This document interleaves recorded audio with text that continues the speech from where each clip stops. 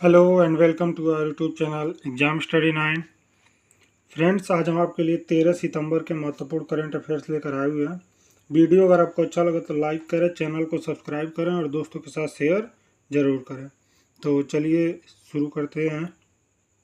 आज का पहला प्रश्न है, केंद्रीय मंत्रिमंडल ने पीएम ई ड्राइव योजना के तहत कितने करोड़ रुपए का प्राविधान किया है?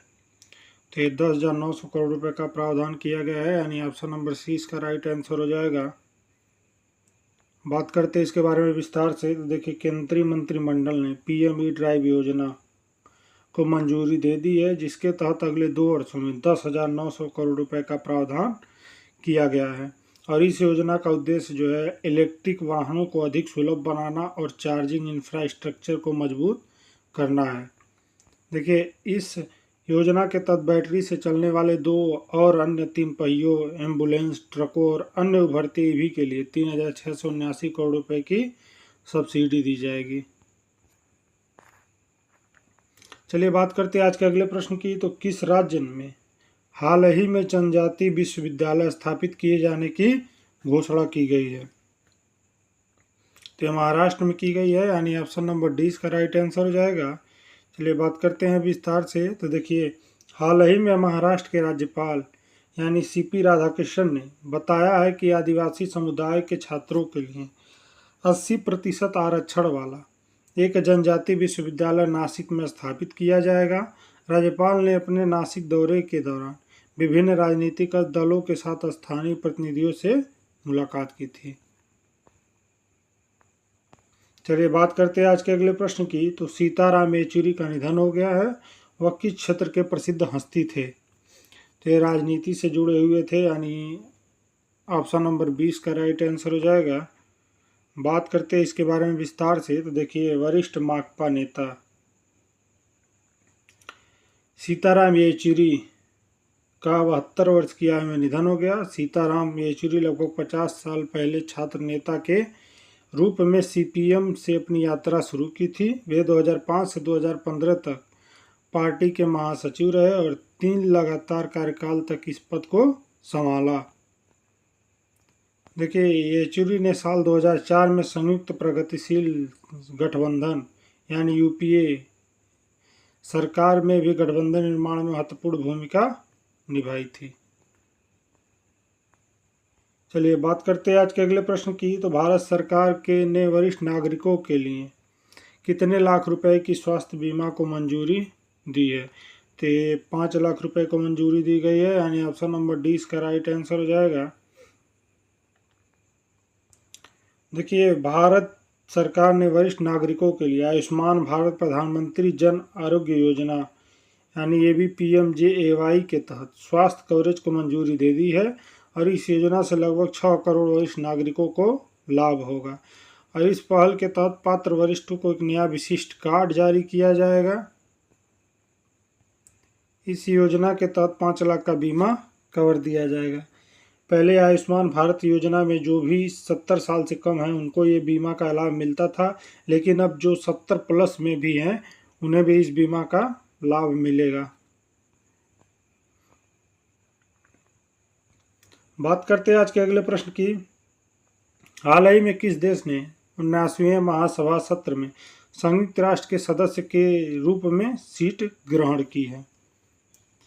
तो ये फिलीपींस ने की है, यानी ऑप्शन नंबर सी इसका राइट आंसर हो जाएगा। बात करते हैं इसके बारे में। तो देखिए, संयुक्त राष्ट्र महासभा ने 79वां सत्र मंगलवार को न्यूयॉर्क में शुरू हुआ, जिसमें फिलीपींस हालांकि संयुक्त राष्ट्र का पूर्ण सदस्य नहीं है, को महासभा हाल में सदस्य देशों के एक साथ एक सीट आवंटित की गई। फिलीपींस के दूत रियाद मंसूर ने श्रीलंका और सूडान के बीच फिलिस्तीन राज्य लेबल वाली एक मेज पर अपना स्थान ग्रहण किया।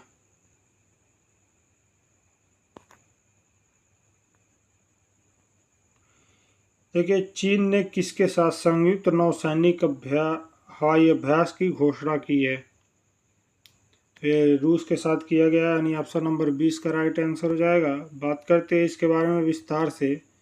देखिए, नॉर्दर्न यूनाइटेड 2024 अभ्यास जापान सागर और ओखेटस्क सागर में चीन और रूस द्वारा संयुक्त अभ्यास है। इसका उद्देश्य जो है सुरक्षा खतरों से निपटने के लिए रणनीति सहयोग में सुधार और क्षमताओं को बढ़ाना है। नौसेना सहयोग जो है प्रशांत क्षेत्र में उनकी नौसेनाओं के बीच 5वां संयुक्त क्रूज, जिसमें रूस के ग्रेट ओशन 24 अभ्यास में भागीदारी भी शामिल है। चलिए बात करते हैं अगले प्रश्न की। तो एप्पल ने करों को लेकर ईयू यानी यूरोपियन यूनियन की न्यायालयी लड़ाई में कितने अरब यूरो की हार झेली है? तो ये 13 अरब यूरो का इस पे जुर्माना लगाया गया है। देखिए, यूरोपियन यूनियन के साथ न्यायालय लड़ाई हारने के बाद एप्पल को आयरलैंड को 13 अरब यूरो यानी $14 बिलियन का पिछला कर चुकाना होगा। यह यूरोपियन यूनियन द्वारा स्वीट हार्ट डील पर कार्रवाई के बाद हुआ है, जिसने बड़ी कंपनियों को अनुचित कर लाभ दिया। यह मुद्दा 2016 में शुरू हुआ जब यूरोपियन यूनियन ने आयरलैंड पर अवैध लाभ प्रदान करने का आरोप लगाया, जिसमें एप्पल को आवश्यकता से कम भुगतान करने में मदद मिली और डबल आयरिश योजना जैसी खामियों का फायदा उठाया गया। बात करते हैं अगले प्रश्न की। तो किस राज्य में लुप्त प्राय मिरिस्टिका दलदली वनों की खोज की गई है? तो महाराष्ट्र में की गई है, यानी ऑप्शन नंबर डी इसका राइट आंसर हो जाएगा। देखिए, शोधकर्ताओं ने महाराष्ट्र के कुंभराल में मिरिस्टिका दलदली जंगल की खोज की है, जो राज्य में अपने तरह का दूसरा जंगल है, जिसे स्थानीय समुदाय द्वारा भगवान शिव यानी भालंदेश्वर के प्रति सांस्कृतिक श्रद्धा के कारण संरक्षित किया गया है। देखिए, कर्नाटक और केरल में पाया जाने वाला मिरिस्टिका मैग्निफिका हॉर्नबिल जैसे वन्य जीवों का पोषण करता है और भूजल पुनर्भरण और बाढ़ शमन जैसी परिस्थिति तंत्र सेवाएं प्रदान करता है। चलिए बात करते हैं अगले प्रश्न की। तमिलनाडु ने सिंचाई टैंक पुनरुद्धार के लिए कितने करोड़ रुपए मंजूर किए हैं? तो 500 करोड़ रुपए मंजूर किए गए हैं, यानी ऑप्शन नंबर 20 का राइट आंसर हो जाएगा। देखिए, तमिलनाडु ने कृषि के लिए जल भंडारण में सुधार पर ध्यान केंद्रित करते हुए 5000 लघु सिंचाई टैंकों के पुनरुद्धार के लिए 500 करोड़ रुपए मंजूर किए हैं। और देखिए, इस परियोजना को राज्य बजट से 250 करोड़ रुपए और राज्य वित्त आयोग से 250 करोड़ रुपए की संयुक्त राशि से वित्त पोषित किया गया है। देखिए, जिसकी देखरेख ग्रामीण विकास और पंचायत राज विभाग द्वारा की जाती है। तमिलनाडु में लगभग 22,051 लघु सिंचाई टैंक और 69,777 तालाब हैं। चलिए बात करते हैं अगले प्रश्न की। तो कौन शहरी प्राथमिक पीएचसी में आयुष सुविधा देने वाला पहला राज्य बना है? तो मध्य प्रदेश बना है, यानी ऑप्शन नंबर 20 का राइट आंसर हो जाएगा। देखिए, मध्य प्रदेश सभी 328 शहरी प्राथमिक स्वास्थ्य केंद्रों में आयुष सेवाएं प्रदान करता है और ग्रामीण क्षेत्रों में इन सुविधाओं का विस्तार कर रहा है। आदिवासी क्षेत्रों में आयुष डॉक्टरों के मामले में उड़ीसा और छत्तीसगढ़ के बाद तीसरा स्थान है। राज्य में 2005 से उप स्वास्थ्य केंद्रों और सामुदायिक स्वास्थ्य केंद्रों को बढ़ाते हुए अपने स्वास्थ्य और संरचना में उल्लेखनीय सुधार किया है। बात करते हैं अगले प्रश्न की। किस कंपनी को अबू धाबी में पहली बार उत्पादन रियायत मिली है? ये बीपीआरएल को मिली है, यानी ऑप्शन नंबर ए इसका राइट आंसर हो जाएगा। देखिए, बीपीसीएल की सहायक company Bharat petro resource limited यानी बीपीआरएल को अबू धाबी में अपना पहला उत्पादन रियायत प्रदान की गई है, यानी मंजूरी मिल गई है इसको उत्पादन की। देखिए, 2019 में शुरू हुआ सफल अन्वेषण के बाद यह रियायत जो है बीपीआरएल और इंडियन ऑयल के बीच एक संयुक्त उद्यम ऊर्जा भारत प्राइवेट लिमिटेड को प्रदान की गई है और यूबीपीएल ने 6,162 वर्ग किलोमीटर में अन्वेषण में $164 मिलियन निवेश किया, जिसमें रुवाइश क्षेत्र 38 वर्ग किमी में महत्वपूर्ण निष्कर्ष शामिल हैं।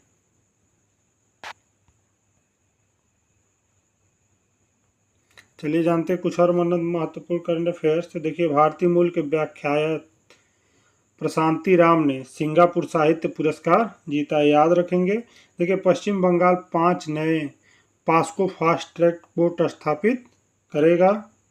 और महाराष्ट्र नासिक में 80% आरक्षण के साथ जनजाति विश्वविद्यालय शुरू करेगा। देखिए, भारतीय महिलाओं ने अंडर-20 कुश्ती चैंपियनशिप में दूसरा स्थान प्राप्त किया है। और भारतीय नौसेना के लिए 2 पनडुब्बी रोधी युद्धपोत INS मालपे और INS मुल्की लॉन्च किए गए हैं, याद रखेंगे।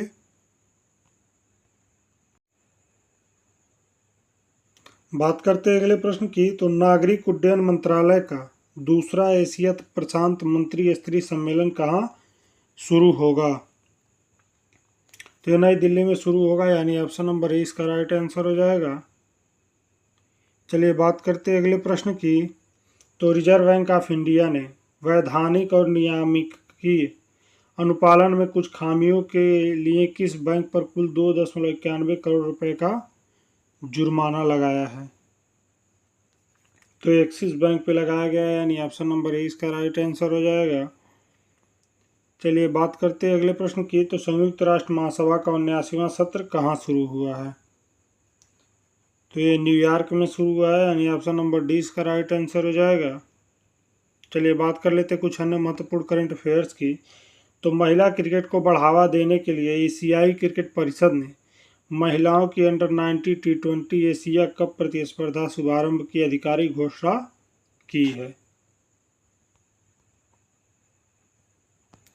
बात करते अगले की। तो देखिए, केंद्रीय मंत्रिमंडल ने आयुष्मान भारत प्रधानमंत्री जन आरोग्य योजना के तहत 70 वर्ष से अधिक उम्र के सभी वरिष्ठ नागरिकों को स्वास्थ्य कवरेज देने की मंजूरी दी है। देखिए, 45वें फीडी शतरंज ओलंपियाड के पहले दिन ओपन वर्ग में भारत ने मोरक्को को 4-0 से हराया है। देखिए, विदेश मंत्री डॉक्टर सुब्रमण्यम जयशंकर 12 सितंबर को 2 दिन तक की स्विट्जरलैंड की आधिकारिक यात्रा पर रहेंगे। देखिए, राष्ट्रपति द्रौपदी मुर्मू जी ने 11 सितंबर को राष्ट्रपति भवन में नर्सों के लिए राष्ट्रीय फ्लोरेंस नाइटिंगेल पुरस्कार 2024 से सम्मानित किया है। बता दें कि राष्ट्रीय फ्लोरेंस नाइटिंगेल पुरस्कार की स्थापना वर्ष 1973 में स्वास्थ्य और परिवार कल्याण मंत्रालय द्वारा की गई थी। केरल सरकार 12 सितंबर को तिरुवनंतपुरम में 5 राज्यों में वित्त मंत्रियों के सम्मेलन की मेजबानी करेगी। देखिए, भारतीय वायुसेना 12 सितंबर को जोधपुर में अपने सबसे बड़े युद्धाभ्यास में से एक तरंग शक्ति 24 यानी 2024 आयोजित कर रही है। इसके साथ ही वायुसेना भारत रक्षा प्रदर्शनी RDX-24 भी लगा रही है। बात करते हैं अगले की। तो हाल ही में नागालैंड सरकार ने दीमापुर, चुमौकेदिमा और न्यूलैंड जिलों के लिए इनर लाइन परमिट लागू की मंजूरी दे दी है।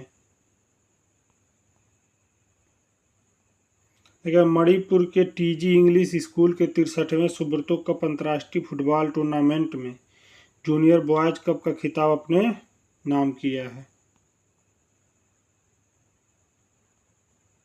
केंद्रीय जल शक्ति मंत्री CR पाटिल ने गंगा संरक्षण अधिकार प्राप्त कार्यबल की 12वीं बैठक की अध्यक्षता की है। तो ये रहे आज के कुछ महत्वपूर्ण करंट अफेयर्स। वीडियो अगर आपको अच्छा लगा तो लाइक करें, चैनल को सब्सक्राइब करें और दोस्तों के साथ शेयर करना ना भूलें। धन्यवाद।